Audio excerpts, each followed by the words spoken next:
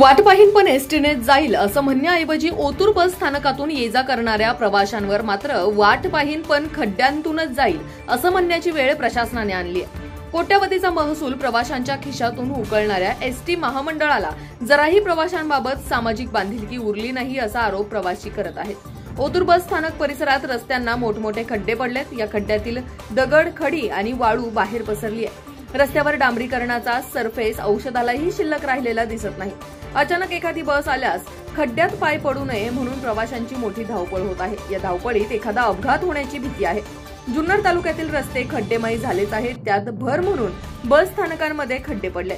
डांबरीकरण व खडी मुरुम टाकून देखील ते उघडले आहेत। त्यामुळे प्रवाशांना व नागरिकांना खड्ड्यांचे धक्के सहन करावे लागतात। अचानक मे महिन्यात सुरू झालेल्या पावसामुळे तालुक्यातील शेती पिकांबरोबरच रस्त्यांना देखील फटका बसलाय। ओतूर बस स्थानक हे जास्त वज्राचे ठिकाण असून येथील बस स्थानकात ठिकठिकाणी डांबर निघून खड्डे पडलेत। पावसाळ्यात घाणीचे साम्राज्य असून सर्वत्र दलदल निर्माण झाली आहे आणि दुर्गंधी पसरली आहे व यातच बस स्थानकाचे छत देखील कोसळण्याची भीती असल्याने प्रवाशांना एसटीची वाट पाहत बाहेर उभे राहावे लागते। दुरावस्थेत पडलेल्या बस स्थानकाकडे एसटी महामंडळाचे लक्ष नसल्याने प्रवाशांकडून संताप व्यक्त होत आहे। त्यामुळे येथील परिस्थिती अधिकच बिघडली आहे। राष्ट्र सह्याद्री न्यूज साठी प्रतिनिधी प्रांजल शिंदे, ओतूर।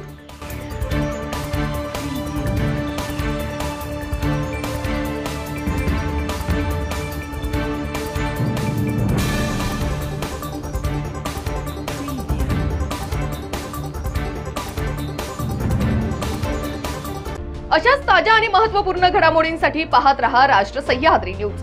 राष्ट्र सह्याद्री न्यूजला लाईक करा, शेअर करा आणि सबस्क्राइब करा।